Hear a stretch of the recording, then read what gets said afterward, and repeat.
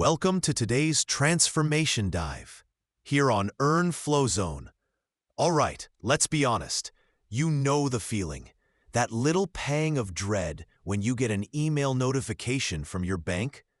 Or maybe it's the full-blown nausea before logging into your online account. We've all been there. It feels like a heavy, invisible weight, doesn't it? And often, the typical advice, just cut back or make a budget, feels like putting a tiny Band-Aid on a gaping wound.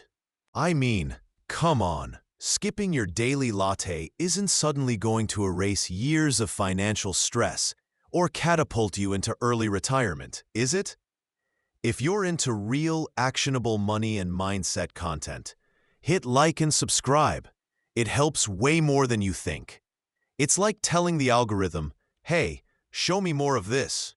And it actually listens. Drop a comment with where you're watching from or your biggest money habit win. Seriously, sharing helps others and builds this community.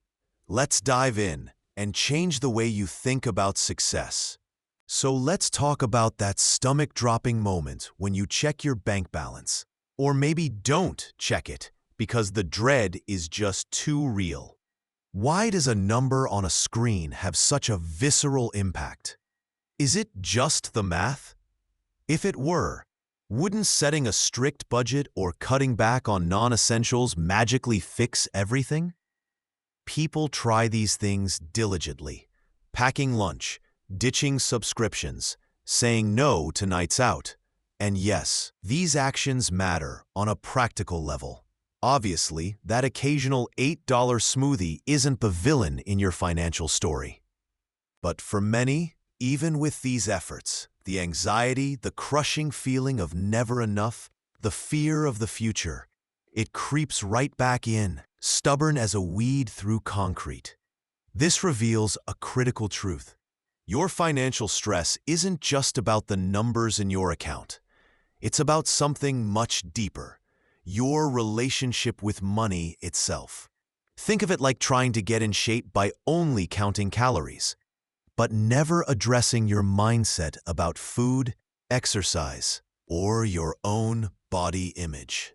You can track every bite, but if you secretly believe you're destined to be overweight or find exercise unbearable, sustaining healthy habits becomes an uphill, miserable battle. Money is similar. Beyond the practical mechanics of earning, saving, and spending, there's a powerful undercurrent of beliefs, emotions, and stories you carry about wealth, poverty, wealthy people, and, crucially, your own worthiness to experience financial security and growth.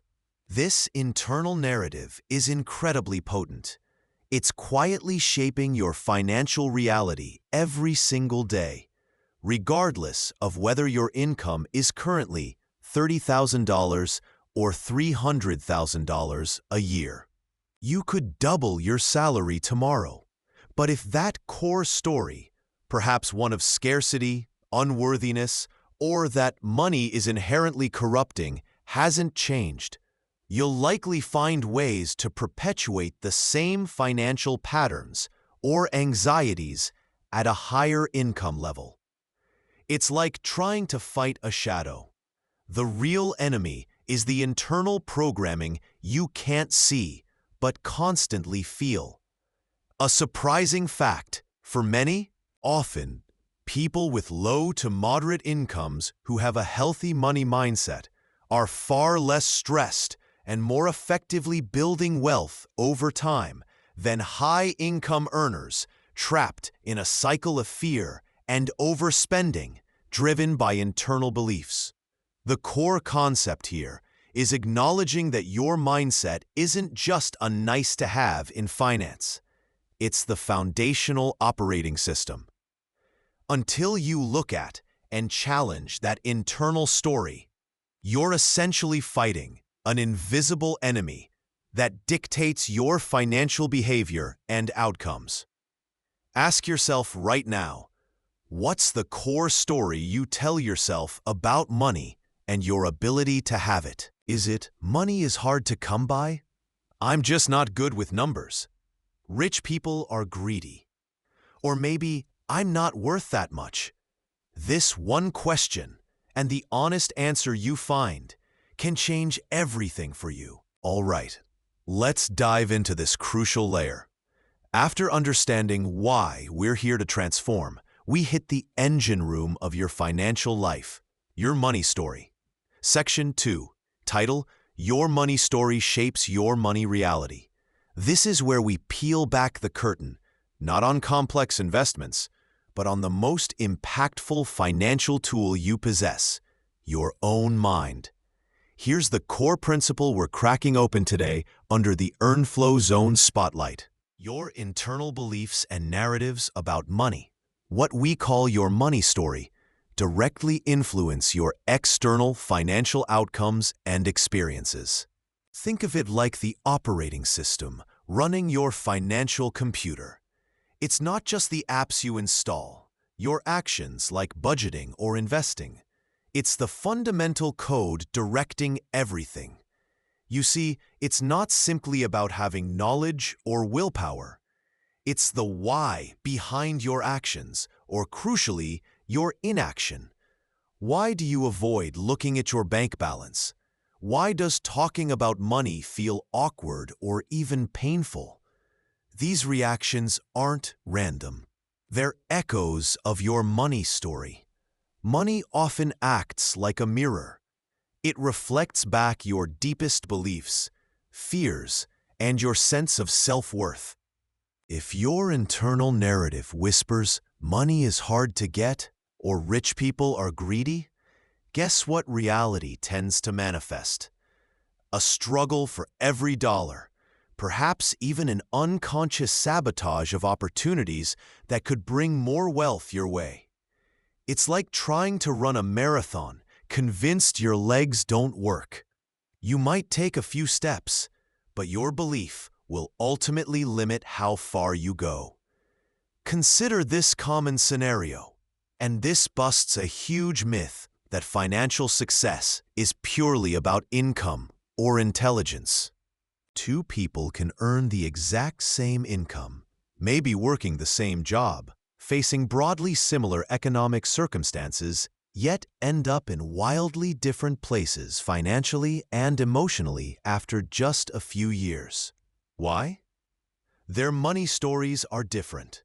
One person, with a scarcity-driven money story, sees unexpected expenses as confirmation that they'll never get ahead and feels powerless.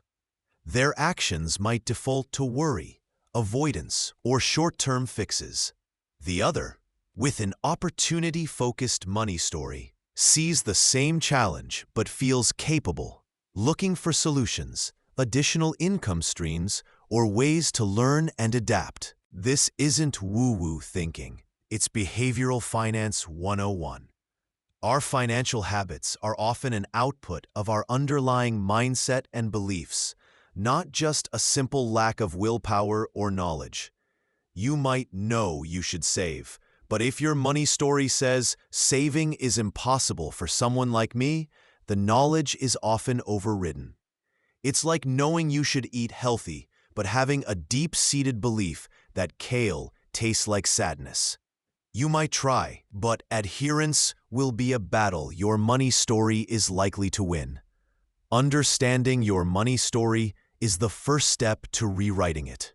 It's acknowledging that your past experiences and the messages you received about money from family, culture, media created this narrative, and it's been running on autopilot, often shaping your reality without you even realizing it.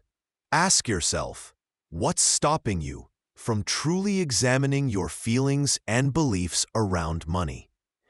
What immediate thought pops into your head when I say financial freedom? That thought is a clue to your money story. It might be exciting or maybe terrifying. This isn't about blame. It's about awareness. Your money story isn't a life sentence. It's a script you can edit.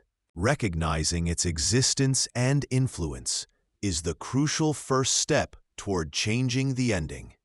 The good news?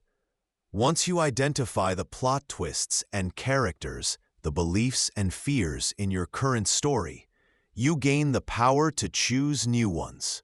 You ever feel like you're running on autopilot with your money? Like you keep hitting the same financial walls, making the same mistakes, or feeling the same anxieties, even when you know better? Well, your money story didn't just appear out of nowhere, like a random glitch in the Matrix. Oh no, it was written, often unconsciously, in the earliest chapters of your life. It's like the foundational operating system installed before you even knew what an app was. Think back. What did you hear about money growing up? Was it whispered about behind closed doors, a source of hushed stress or even shame? Were you told money doesn't grow on trees like it was a rare mythical fruit? Or maybe we can't afford that, delivered with a sigh that landed heavier than the words themselves? Did you hear things like rich people are greedy or money changes people for the worse? These aren't just random phrases. These observations, these parental reactions, these household whispers, they formed the bedrock of your financial worldview. They were the first lines of code in your financial programming. Perhaps you witnessed parents arguing about bills, the tension in the air thicker than dinner smoke. Maybe you felt that familiar sting of shame because you couldn't afford the trendy sneakers or the cool gadget other kids had. Or perhaps you absorbed a belief that hard work guarantees success, a belief that can be crushing when the complex reality of the financial system doesn't align. Or maybe the opposite, that success requires sacrificing everything else you care about, turning ambition into a lonely, all-consuming fire. People often underestimate the sheer power of these early, often non-verbal lessons. They don't just influence you, they program you. Here's a surprising insight, one that truly hit me like a cold shower. Many of your core money beliefs aren't even yours. They are inherited, absorbed, or even imposed. They belong to your parents, your grandparents, your community, or the era you grew up in. They are like old software running deep in the background of your mind, constantly dictating your emotional reactions and financial decisions without your conscious consent. It's like trying to run the latest financial strategy on a Windows 95 machine. Things are bound to crash. Recognizing this is the first monumental step in upgrading your financial operating system.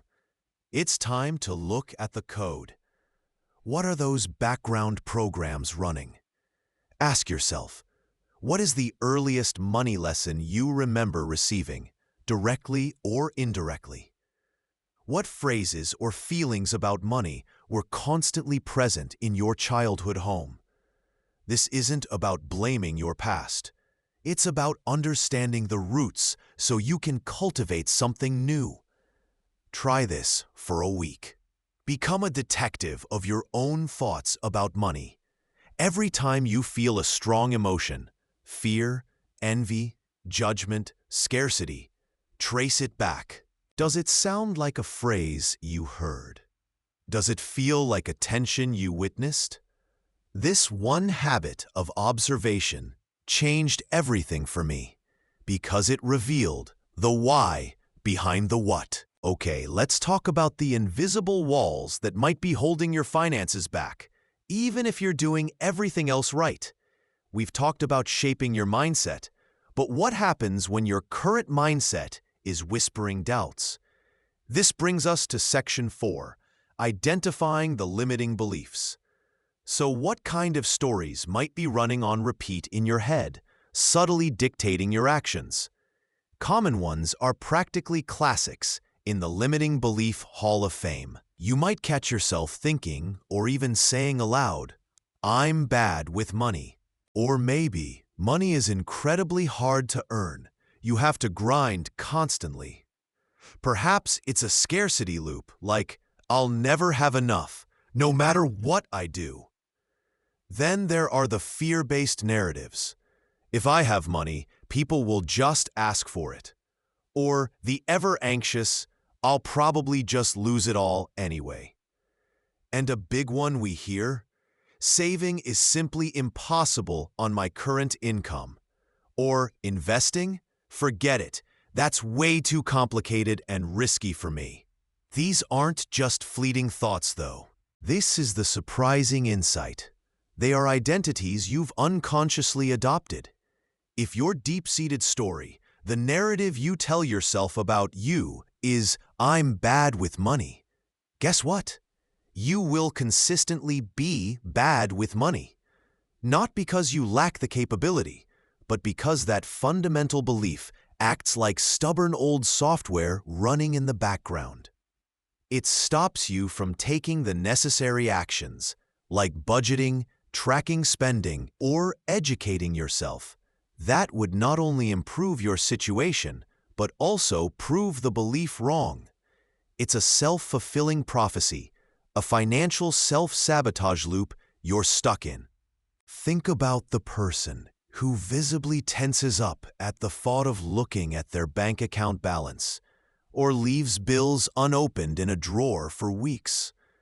Their underlying story isn't just, I don't want to deal with this. It's often a deeper narrative rooted in fear. Facing this is too painful, or crucially, I am inadequate to handle this situation. This powerful negative self-identity leads directly to avoidance behavior. You skip opening the scary mail. You don't log into the banking app.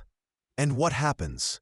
The situation inevitably gets worse. Fees accrue, debts grow, opportunities are missed. This negative outcome then circles back and powerfully reinforces the original belief that you are indeed inadequate, or that facing this is too painful. It's a potent, self-perpetuating loop that traps you. The most challenging, and perhaps liberating, part to accept is this. Your avoidance isn't rooted in laziness or some inherent flaw in your character. Often, it's a sophisticated, albeit misguided, protection mechanism based on a fear-driven story you've come to believe about yourself and your capabilities. It's your brain trying to shield you from perceived pain or inadequacy. But in doing so, it prevents you from building the financial muscle you need. Here's a core concept and decision point. You have the power to identify these stories and decide they are not your permanent identity. This one shift changed everything for me. Instead of saying, I am bad with money, you can say, I used to believe I was bad with money, but I'm learning. So, how do you start? Ask yourself, what's the immediate thought or feeling that comes up when you think about tackling a specific financial task you've been avoiding? Try this for a week. Simply observe those thoughts without judgment. Are you telling yourself a story about being incapable, about money being evil, or about it being pointless to try? Identifying the story is the first, non-negotiable step towards writing a new, empowering narrative for your financial life. Your money story isn't some abstract concept locked away in a vault of your past. It's living, breathing, and showing up in your daily life, right now. It's in the seemingly small decisions, the automatic reactions, the feelings that bubble up around your finances. Think about it. That impulse purchase after a tough day? That's often your I deserve this story, shouting louder than your budget app. It's a form of self-soothing driven by a narrative that equates emotional comfort with spending. Or maybe it's the gut-wrenching fear paralysis that grips you when you think about asking for a raise or negotiating a better rate. That's frequently the I'm not worth more story, rooted in limiting beliefs about your value and capability. It's like trying to run a race with mental weights tied to your ankles. You can move forward, but it feels exponentially harder than it should. People often underestimate the power of these internal narratives. They focus on the behavior, the overspending, the saving less than they planned, the avoiding checking their balance. But they rarely dig into the why. Take the constant worry, for instance. Even when you have a decent amount of savings, you have a cushion, but you still feel that low hum of anxiety. That's the "it could all disappear" scarcity story playing on repeat in your mind. It tells you that safety is temporary and loss is inevitable, regardless of current circumstances. It's like having a full pantry but still feeling like you're starving because your internal narrative insists there isn't enough food in the world. This story makes it hard to enjoy the fruits of your labor or feel secure in your progress. Another common manifestation is overworking. Not just working hard to achieve goals, but working excessively, burning out, feeling guilty when you rest. This can stem from the "my value is tied to my productivity" story. It's a narrative that says your worth as a person is directly proportional to how much you do or how much you earn. This story makes you chase external validation through achievement rather than finding intrinsic value in yourself. It's like being on a treadmill that never stops, convinced that if you step off, you'll cease to matter. These behaviors aren't random flaws in your character or simply a lack of discipline.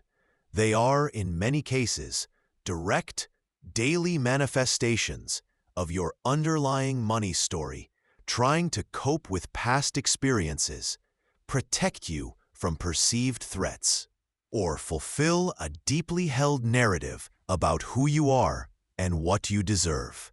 Here's the surprising insight, the kind that shifts everything.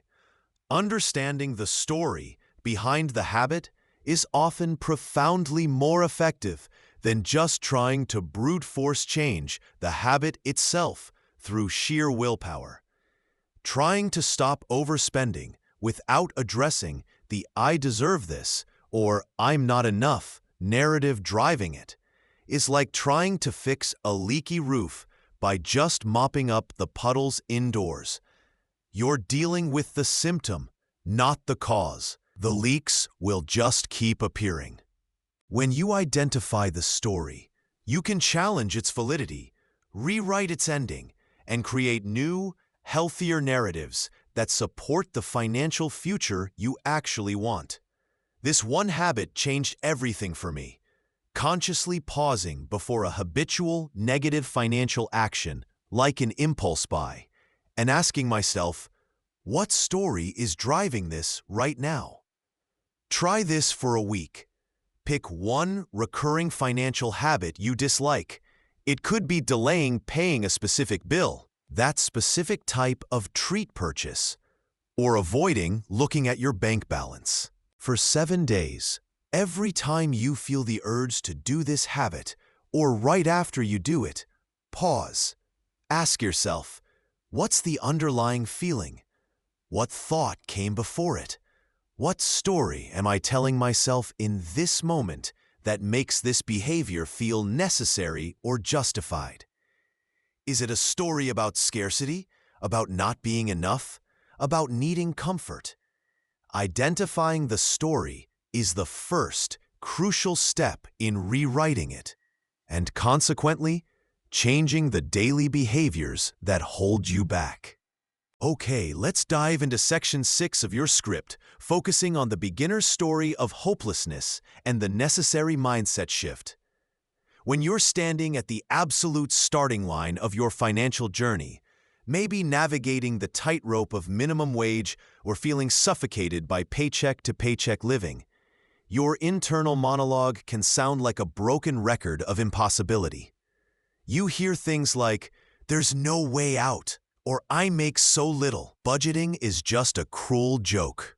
This isn't just a feeling. It's the story you're telling yourself, and it's incredibly limiting because it acts like blinders, preventing you from seeing even the smallest, most crucial steps that are possible. It feels true because, let's be honest, the reality is hard. It's like looking at a sheer cliff face and being told to climb. You just see impossibility. But here's a crucial, perhaps uncomfortable reframing. Starting to change your financial reality doesn't require a large sum of money appearing magically. It requires a small but monumental shift in your story, from impossible to possible, to take one small step. Think of it less like climbing that cliff instantly and more like taking the very first step on a long trail. You don't need to see the summit. You just need to take step one. People often underestimate the power of this tiny mental tweak. They get stuck in the magnitude of the goal, financial freedom, instead of focusing on the tininess of the next action. And here's the surprising insight that challenges a lot of conventional thinking, especially when you have very little. The most powerful action you can take right now isn't always about finding a way to earn more money instantly. While earning more is absolutely part of the long-term equation, the foundational step, the truly surprising one, is proving to yourself that you can manage what little you currently have. This builds financial capability, yes, but even more importantly, it builds trust with yourself. When you can track where a few dollars go, when you can find a tiny amount to save or direct intentionally, you're proving to yourself, hey, I have some control here. This isn't completely hopeless. This capability, this self-trust, is the bedrock foundation for everything else. Without it, even if you suddenly got more money, you might not manage it well because you haven't built the core muscles of self-management. It's like trying to bench press 300 pounds when you haven't learned how to properly lift the bar. You're set up for failure. So the core concept here isn't a magic get-rich-quick scheme. It's the fundamental decision to challenge your hopeless story by taking one tiny, manageable step. This might be the least glamorous step, perhaps tracking your expenses for a week using just a notebook or a simple app, or finding one small, recurring expense you could potentially reduce or eliminate. It sounds almost insultingly small compared to the mountain you feel you need to climb. But this one habit, showing yourself you can manage something, can change everything. It shifts you from passive victim of your circumstances to active participant in your potential future. Ask yourself, what's stopping you from taking that one tiny step you already know you could take but haven't? Is it the feeling that it won't make a difference? Is it the belief that it's not even worth trying? That's the hopeless story talking. Try this for a week. Choose one tiny action related to managing your money. Track one category of spending. Find one small bill to negotiate. Or intentionally save just $1. Just one. Prove to yourself you can do that. The outcome isn't about the dollar amount. It's about proving your capability to yourself. That capability is your real starting capital. Section 7. The mid-earner's story. The treadmill. So you've done it. You've worked hard, maybe put in the extra hours, maybe got that certification, maybe just stayed persistent and your income has gone up. Perhaps it was a solid raise, a promotion, or even a big jump switching companies. There's that initial rush of excitement, a feeling of progress, of finally getting ahead. You look at the new number and think, okay, now things are going to change. But then, something strange starts to happen. You realize you're still stressed about money. You still feel like you're barely scraping by, or that your savings rate isn't really accelerating towards your big goals. You're earning significantly more than you were a year or two ago, maybe even 10,000, 20,000, or 30,000 more annually, but somehow you feel just as broke. You're trapped on what feels like a financial treadmill. More effort, higher income, but you're still in the same place. This is the classic mid-earner story, and it's incredibly common. People get a significant income boost and immediately, almost subconsciously, upgrade their lifestyle to match. That reliable but older car suddenly feels not good enough anymore. Eating out more often seems justified because you can afford it now. The urge to buy newer gadgets, take fancier vacations, or upgrade your living situation feels like a deserved reward. It's the "I deserve this now" story playing out. Or perhaps it's the "I'm still not really wealthy" story, leading to anxiety and overwork, feeling like you need to earn even more to feel secure, without ever addressing the underlying feeling of scarcity. Why does this happen? Because your money story hasn't evolved. Your income number changed, but your internal narrative about money's purpose, your relationship with spending, or your own self-worth tied to finances remained stuck in the old earning bracket. It's like upgrading your car's engine to a V8, but keeping the same old brakes and steering system. You can go faster, but you're not actually any safer or more in control. The old story just scales up, creating bigger problems. You might end up with more debt from financed upgrades, higher monthly bills from increased spending habits, and the same, if not more, financial stress because the stakes feel higher. Here's the surprising, perhaps uncomfortable truth. More money doesn't fix a broken money story. In fact, it often just gives that flawed story more resources to create bigger messes. If your story is money is for spending, earning more simply means you have more to spend, perpetuating the cycle. If your story is "I'm not good with money," more money just provides more opportunities to prove that story right through poor decisions. The hedonic treadmill isn't just about wanting more. It's driven by an internal narrative that isn't serving you. The story must change first. This is where you have incredible power. Recognizing you're on this treadmill is the first step off. It's about pausing and asking, what did I tell myself money was for when I made less? Is that story still serving me now that I make more? This one habit changed everything for me, consciously defining what my new money story needed to be. One that aligned with my bigger goals, not just my immediate desires. Try this for a week. Every time you feel the urge to spend because you can afford it now, pause. Ask yourself, is this purchase moving me towards my real goals? Or is it just an echo of my old money story, playing out with a bigger budget? What's stopping you from consciously writing a new story for your increased income? Okay, so maybe you've moved past some of the initial hurdles we discussed. You're building, you're achieving, you're hitting some serious external milestones. You're ambitious, and you're climbing that financial mountain, step by step. You're earning more, managing more, maybe even investing.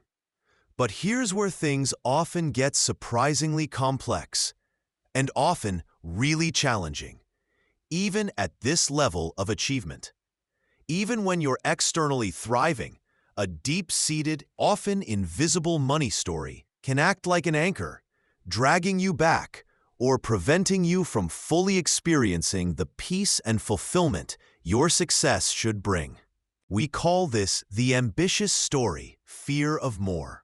What does this insidious story look like? It's those quiet whispers, those subconscious programs running in the background that pop up just as things are getting really good financially. It might sound like, okay, you're making good money now, but wealth just means more problems, more responsibility, more anxiety. It's not worth the headache. Or maybe, if I get really rich or really successful, I'll change in a bad way. I'll lose who I am. I'll become someone I don't like. Perhaps it's the fear that people will only care about me for my money, not for me, leading you to downplay your achievements or avoid opportunities that would catapult you forward. These beliefs aren't just passive thoughts. They actively manifest in ways that sabotage the very peace and freedom you're working so hard to build. Think about the highly successful entrepreneur who is objectively wealthy but still works a punishing 80-hour week year after year, even when the business is stable and could thrive with less hands-on management. Why? Because their underlying story screams, you have to keep pushing relentlessly or you'll lose it all overnight. It's burnout that feels like discipline, exhaustion disguised as dedication. Or consider the incredibly talented creative, an artist, a writer, a designer, who struggles immensely to charge what their work is truly worth, constantly undervaluing their services. Their story might tell them their passion, their art, shouldn't be tainted by aiming for high earnings. That somehow, money makes their creative output less authentic. It's self-sabotage wrapped up in a narrative of perceived artistic purity. You might be incredibly skilled at generating income and building assets externally, but completely blocked internally from enjoying the fruits of your labor, from feeling truly secure, or from embracing the ease that wealth can provide. It's like training for years to become an elite athlete, having the physical capability to win races easily, but stopping just before the finish line because you're afraid of the attention or the pressure that comes with winning. And here's the surprising insight, the real myth bust in this scenario.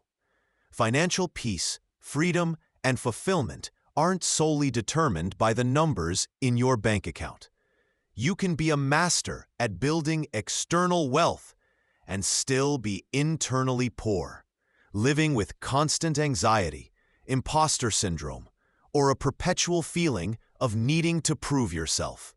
Your internal story, those subconscious beliefs about money, success, and what it means to be wealthy, dictates how you feel about the money you have, how you interact with it, and whether you can truly experience its benefits. The cause? That insidious fear of more story you carry. The effect? Burnout, chronic anxiety, an inability to relax, never feeling enough despite evidence to the contrary, and ultimately hindering the very long-term growth and impact you aspire to create. You might have the resources to build generational wealth or fund your biggest dreams, but your story tells you it's too risky, too corrupting, or simply that you don't deserve that level of ease or influence. This isn't about judging your hustle or telling you to stop working hard. It's about understanding why you're hustling and what's preventing you from enjoying the rewards. It's time to look inward with compassionate curiosity. This one habit changed everything for me when I hit this wall. I stopped asking, how can I earn more? And started asking, what am I afraid of if I earn more? Ask yourself, what's the specific fear of more story that whispers in your ear when your finances are going really well? What's the hidden belief that makes increased wealth feel like a threat rather than a blessing. Identifying that specific story is the critical first step in unwinding its power. All right now, enough theory about these invisible forces. How do you actually find the specific, unique story that's running in your head? The one that whispers doubts or shouts limitations every time money comes up. It's not something that just appears. It requires conscious, deliberate effort, like digging for treasure in your own backyard. You have to become a detective of your own mind. The most accessible place to start is by paying close attention to your thoughts and especially your feelings when you interact with money in real time. This isn't just some touchy-feely exercise. Your emotions are powerful, undeniable signposts pointing directly to your underlying beliefs, many of which you didn't even know you had. Think about it. What exactly goes through your mind when you sit down to pay bills? Is it dread, resentment, fear, or maybe quiet satisfaction? What sensations bubble up when you consider investing? Excitement, confusion, terror, or apathy? How do you react deep down when you see someone who is clearly wealthy? Admiration, envy, judgment, or perhaps inspiration. Your initial, gut emotional reactions to these everyday money moments are like flares being shot into the sky, illuminating the landscape of your hidden financial narrative. They show you exactly where your story has its strongest grip. For instance, that pang of judgment seeing someone wealthy isn't random. It's likely tied to a deep-seated belief about how wealth is acquired or what kind of person has it. Journaling is perhaps the most potent, practical tool in this self-discovery process. It's like having a private conversation with your subconscious. You need to ask yourself the hard questions and then honestly write down whatever comes up without censorship. Prompts like, what did I learn about money from my parents or guardians when I was growing up? What's my biggest, deepest fear about money right now? What's my biggest fear about not having money? What does that scarcity truly mean to me? What do I believe is inherently true about wealthy people? Are they good, bad, lucky, corrupt? What does having or not having money say about me as a person? Does it reflect my worth, my intelligence, my effort? These questions peel back the layers, often revealing beliefs that have been running the show on autopilot for decades. And here's a truly surprising insight, one that changed everything for me. Simply acknowledging the story and giving it a name starts to loosen its grip. When you catch yourself thinking, "I'll never have enough," you can pause and think, that's my scarcity story talking. Or if you think, only dishonest people are rich, you can label that as your wealth is corrupt story. This simple act of identification creates a tiny but crucial distance between you and the narrative. It's like realizing you've been wearing glasses with a specific tint. Once you identify the tint, you see it's the glasses, not reality, that's colored. You are not your story. You just have one. And that distinction gives you the power to change it. Try this for a week. Simply notice and name your money stories as they pop up. See what happens. Okay, you've done the crucial work of identifying the old stories holding you back. Maybe it's, "I'm bad with money, I'll never get ahead," or "saving is impossible." That's a huge step, but let's be brutally honest for a second. You can't just sprinkle some positive affirmations on top of those deeply rooted beliefs and expect a magical transformation.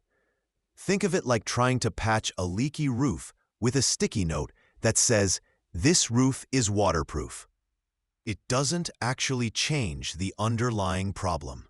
When you stand in front of the mirror and declare, "I am a millionaire," while every fiber of your being screams, "I barely make rent." It feels, well, it feels like a lie, doesn't it? That internal conflict, that cognitive dissonance, is powerful. Your brain, hardwired for self-preservation and consistency, tends to trust the evidence it has gathered over years. The missteps, the struggles, the past failures, more than a brand new sentence you just started repeating.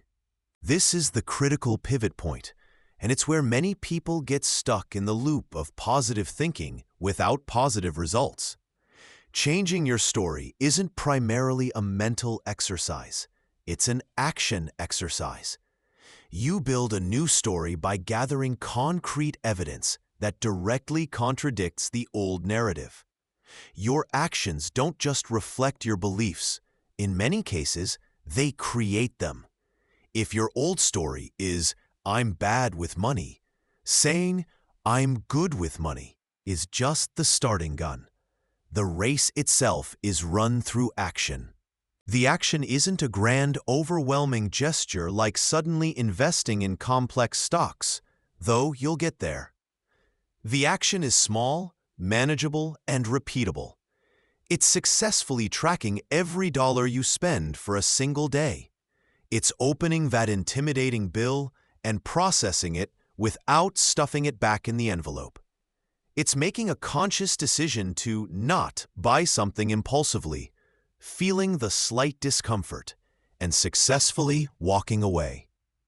Each tiny action, no matter how insignificant it feels at the time, is a data point. It's evidence. It's a brick in the foundation of your new belief. Consider the surprising insight here. The most effective way to change a deeply held belief isn't always through rigorous analytical thinking or even repeated verbal affirmation alone. It's often through doing. Your brain observes your actions and starts to update its internal programming. If you consistently perform actions that a financially capable person would do, your brain starts to conclude, "Hey, maybe I am financially capable." It's like training for a marathon. You don't get race ready by just thinking about running or saying, "I'm a runner." You lace up your shoes and put one foot in front of the other, building the identity one step, 1 mile, one successful training run at a time. Try this for a week. Identify one small, specific action that someone with your desired financial story would take daily or weekly. If your old story is, "I waste money," the action could be reviewing your bank balance for 5 minutes each morning. If it's, "I never save," it could be transferring $5 to a savings account every Friday. Don't focus on the feeling or the belief yet. Just focus on the action itself. Perform it successfully, even if it feels awkward or small. This one habit, consistently applied, starts chipping away at the old truth and building a new one, action by action. Your actions don't lie. They create the new truth you're writing. Imagine your money story not as a fixed script you were given at birth, but as a journal you're writing every single day. What entries are filling those pages? For someone building a strong financial future, the entries look radically different from a story of scarcity or powerlessness. What does a healthy money story look like? It's not about believing money solves everything or that you'll magically never have financial problems again. That would be nice, right? Light humor. But a healthy money story, the kind that thrives in the earn flow zone, is grounded in reality, fueled by capability and driven by growth. It's a story like, "I am capable of learning about and managing my money, starting right where I am. Money is a tool, not a master. A tool for building the life I authentically want. My worth isn't determined by my bank balance, but I create value in the world, and I am compensated for that value. I can make intentional choices about my resources, my time, my energy, and yes, my money, aligned with my goals. This new story isn't built on pretending fear doesn't exist. Let's be real. Facing a difficult financial situation or simply checking your bank account when you're nervous can feel like staring up a sheer cliff face. The old story screams, "You can't climb that," or "Just don't look down." But the healthy story acknowledges the fear. Okay, this feels intimidating and I feel scared. But crucially, it says, and I'm going to act anyway. It's like starting a new fitness routine. You don't start believing you can run a marathon. You put on your shoes and walk to the end of the street. That one small action is evidence you can start. Then you walk a block. More evidence. Each step, no matter how small, builds the case for your capability. This is the surprising insight, a true myth bust for many. Your new, powerful money story doesn't manifest because you believe it into existence first. It's a narrative you continuously write and strengthen by consistently, consciously acting, thereby building the evidence that makes the story true. You don't wait for confidence to act. You act to create the evidence that builds confidence. Every time you track an expense, resist an impulse buy, save $5, or take one step to learn about investing, you are collecting irrefutable proof that you are resilient and capable. It's like leveling up in a video game. You don't get stronger by wishing. You complete quests, defeat minor challenges, gain experience points, and that experience is the evidence of your growing power. This process replaces destructive old patterns. Shame thrives in hiding. Building evidence replaces shame with curiosity. Let's look at this number honestly. What does it tell me? Avoidance keeps you stuck. Focused attention takes its place. I am choosing to pay attention to where my money is going, even if it's uncomfortable. Powerlessness paralyzes. Intentional action empowers. I can make a choice right now that moves me forward, no matter how small. Your money story isn't a fairy tale.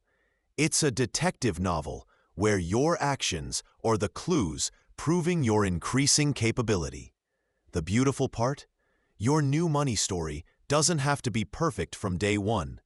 The early chapters might be messy, filled with fumbles and learning curves. That's okay. The strength comes from the continuous writing, the ongoing act of building evidence, one conscious choice at a time. This one habit changed everything for me. I started celebrating the evidence I was building, not just the outcomes. Did I stick to my budget perfectly? Maybe not. But did I track my spending today? Yes. That's evidence I'm paying attention. Did I pay off a huge chunk of debt? No. But did I call the company and ask about a lower interest rate? Yes. That's evidence I'm taking action. Try this for a week. At the end of each day, identify one concrete piece of evidence you built for your capable, healthy money story. Write it down. See how quickly your new narrative gains momentum as the proof piles up. Okay, let's bring it all back home. We've talked about a lot today, uncovered some layers. But the absolute core, the bedrock of it all, is this: your financial reality. It's not just about the numbers in your bank account or the state of the economy. It is profoundly shaped by your internal narrative, your money story. This story, often drafted in childhood or by past experiences, is currently running the show behind the scenes. It's dictating your feelings when you look at a budget, the actions you take or don't take when presented with an opportunity, and ultimately your potential for growth. It's like a hidden operating system you didn't know was installed. Think about it. If you ignore this foundational story, you'll find yourself stuck in the same loops. It doesn't matter if you get a big raise or the market is booming. If that old story is still running things, you'll likely repeat those familiar patterns. Maybe it's anxiety every time you think about saving.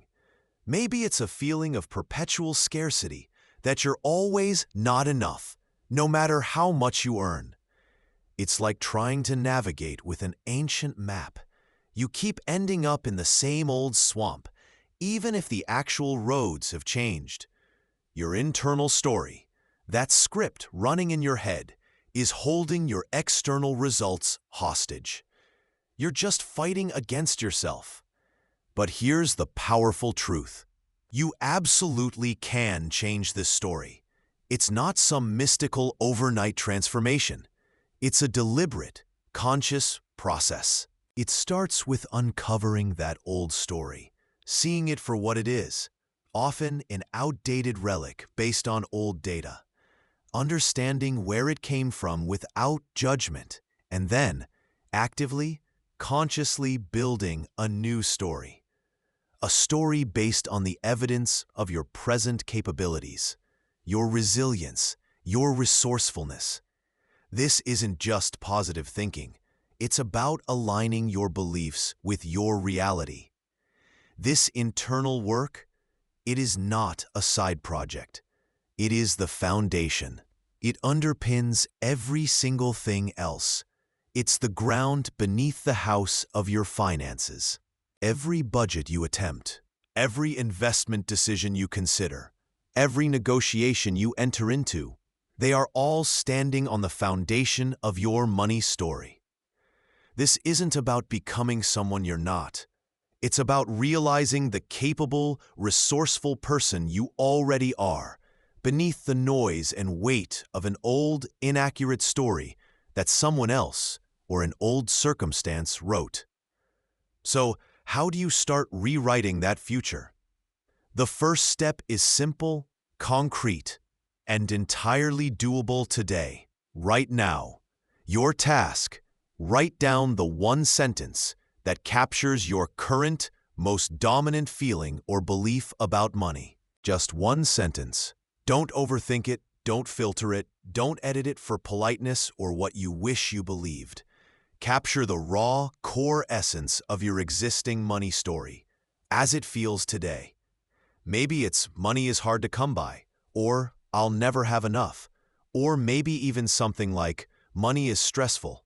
Putting it on paper, seeing it in black and white, gives you power over it. It moves it from a vague, nagging feeling in your gut or a constant, anxious whisper in your mind to something external you can observe, understand, and eventually change. That single sentence is the absolute starting point for rewriting your future.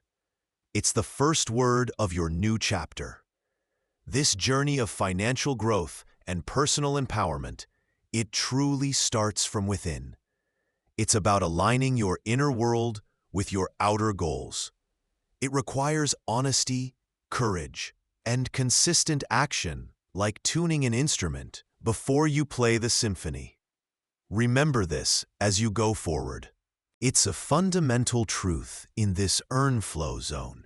In the end, your bank account will catch up to your mindset, not the other way around.